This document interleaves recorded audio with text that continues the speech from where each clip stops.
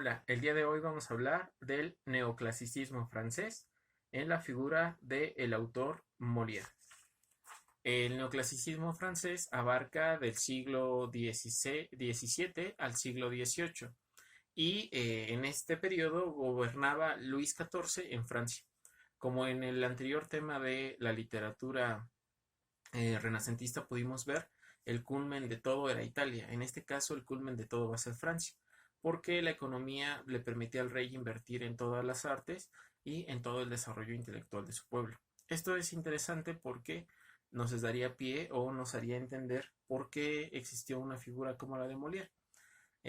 Si recordamos hace dos videos cuando hablábamos de Edad Media, justamente decíamos que uno de los conflictos de la Edad Media era que la mayor parte de las personas no sabían leer ni escribir. En esta época la verdad es que esto no distaba mucho, es decir, la mayoría de las personas seguía teniendo una carencia en torno a la lectura y por ello nosotros nos vamos a percatar que en esta etapa vamos a decirlo, el autor que tiene mayor influencia es Molière, porque Molière se va a especializar en el teatro. Entonces, durante esta etapa, después de Grecia, es donde se va a establecer justamente un culmen en el teatro.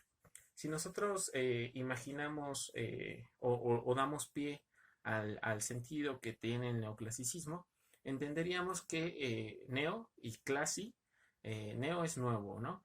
Y clasicismo quiere decir regresar nuevamente a hablar de los filósofos griegos y de los filósofos romanos y de los autores griegos y romanos, en este caso en las obras teatrales.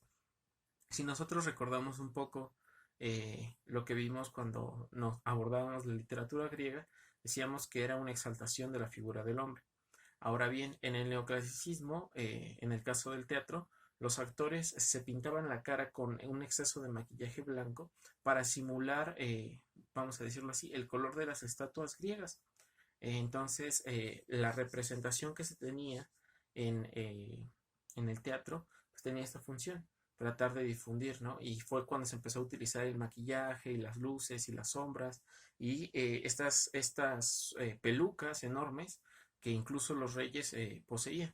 En esta etapa, por ejemplo, la figura de la masculinidad se representaba a partir de que el hombre tenía el cabello largo, usaba medias, vamos a decirlo, pantalones muy cortos que eran constantemente recogidos por sus propias medias y se maquillaba. Entonces, si nosotros lo vemos con nuestro contexto actual, quizá nos pueda sonar un poco disparatado, pero en aquel momento esto era la moda.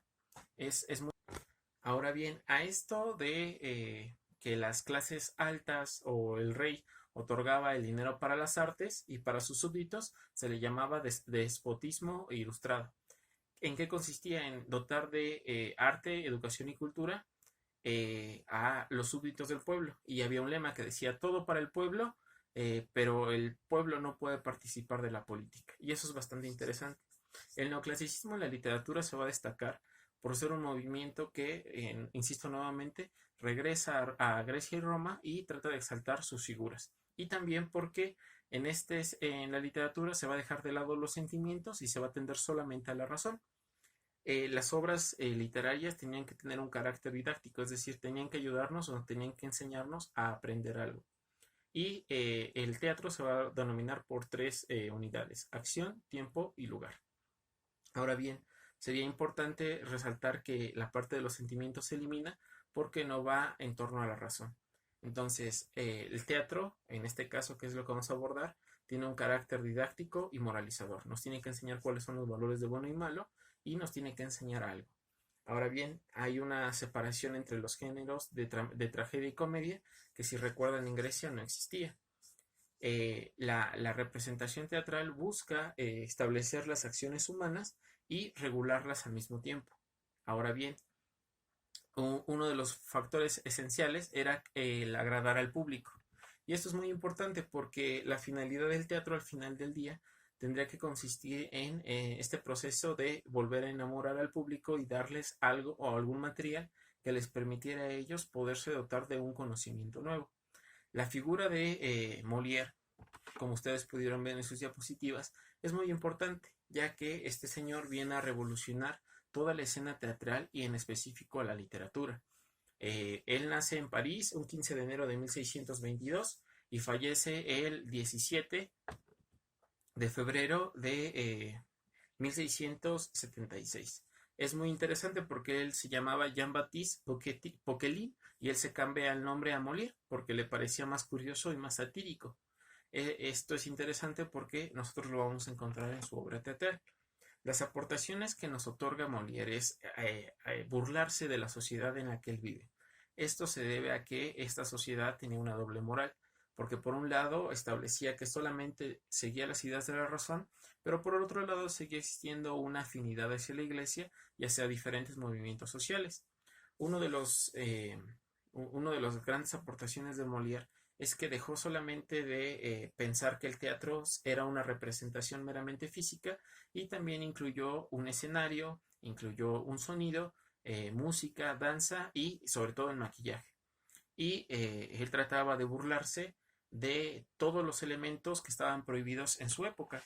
Es decir, Molière o trataba de dar cuenta de los diferentes vicios que estaban en su sociedad, ¿no? En específico, la hipocresía en la mayor parte de las personas. Incluso es tanta la crítica que hace Molière en sus obras que son prohibidas por la monarquía y que la iglesia lo cataloga como como un demonio, ¿no? Y eso es interesante porque la mayor parte de los literatos, si bien no gozan de una buena fama, al menos no tenían este conflicto hasta esta época. Ahora bien, los temas en los que se va a centrar la obra de Molière, como ustedes pudieron verlo, es la hipocresía, la credulidad, la avaricia y la hipocondria, o una persona hipocondriaca. Si recordamos qué quiere decir hipocondriaco, son estas personas que fingen estar enfermos o constantemente ante cualquier brote o cualquier síntoma piensa que está enfermo de algo mortal, ¿no? Y alarma a su familia. Todos tenemos, creo, una tía que siempre nos dice que se siente mal o que tiene gripe y a las 2 semanas ya tiene infección en la garganta y a las 3 semanas ya tiene algún elemento, ¿no? Ahorita lo podemos ver en nuestro contexto con esta onda del coronavirus. De repente una persona tose y todos nos lo volteamos a ver y nos alarmamos y llegando a casa ya estamos presentando los síntomas. De ese tipo de actitudes es de las que se va a burlar Molière. Justamente porque el ser humano, vamos a decirlo así, deja de lado su parte racional y atiende solamente a sus sentimientos y es algo que va a criticar constantemente. Otro de los elementos que va a criticar Molière bastante es la avaricia. Incluso tiene una obra que se denomina así, El avaro. Son estas personas que les importa más el dinero, les importa más el estatus que en realidad las personas que lo rodean. Entonces, eso es interesante. Incluso una de las actividades que van a realizar será ver una parte de una de sus obras teatrales más importantes, El Tartufo. Ahora bien, solo por mencionar algunas de las obras, y porque en algún momento ustedes tendrán que desempeñar un examen a favor de ello, voy a mencionar tres. La primera es Las Preciosas Ridículas, la segunda es El Tartufo y la tercera es El Avaro.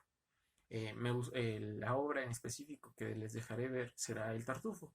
Los que tengan la posibilidad de verla toda se darán cuenta justamente de esta crítica que está haciendo Molière a los valores de su época y lo interesante o lo actual que nos resulta ese sentimiento humano. Quiero aclarar algo, cuando hablamos de clásicos en literatura, y en este caso de Molière, que es un clásico, tenemos que aludir que es un clásico en función de que sigue provocando en el ser humano un sentimiento en favor o en contra de alguno de sus personajes. Cuando abordábamos la Odisea, nos podíamos identificar con Odiseo y al mismo tiempo nos enojábamos con él. Las obras que se convierten en clásicos lo son en esa función, porque tienen la capacidad de ser universales y de provocar, aun cuando pertenecemos a culturas diferentes, aun cuando pertenecemos a tiempos distintos, elementos que están más allá de la moda o de cualquier contexto. Entonces, solo para retomar 4 puntos. El neoclasicismo va a dejar de lado los sentimientos y se va a centrar en la razón. Número 2, la intención del neoclasicismo es la representación, o en específico, donde encuentra su mayor auge, es en la representación teatral y su máximo exponente es Molière. Número 3, las críticas de Molière le valieron el ser criticado por toda su sociedad e incluso ser censurado por la corte real y por la iglesia, y porque difundía ideas revolucionadas y criticaba 4 elementos esenciales. Uno era como esta proyección afeminada de los varones. El otro era justamente la avaricia, la hipocresía que existía en la sociedad con sus mentiras y la candidez, que eso es que son estas personas que creen que todas las personas son buenas, ¿no? Y que constantemente los demás están abusando de ellas. El Tartufo es una de las obras en donde esto se expresa de mejor manera. Ahora bien, me gustaría que ustedes me dijeran si tienen alguna duda sobre esta época histórica en la literatura, y si alguno de ustedes la presentara, me gustaría que lo hiciera a partir del grupo de Facebook o el grupo de WhatsApp. Recuerden que estos videos solamente tienen la finalidad de otorgar una amplitud en los conocimientos que ven en sus diapositivas y explicar un poco de los temas que están en ellas. Recuerden que debemos seguir las indicaciones que nos están dando cotidianamente.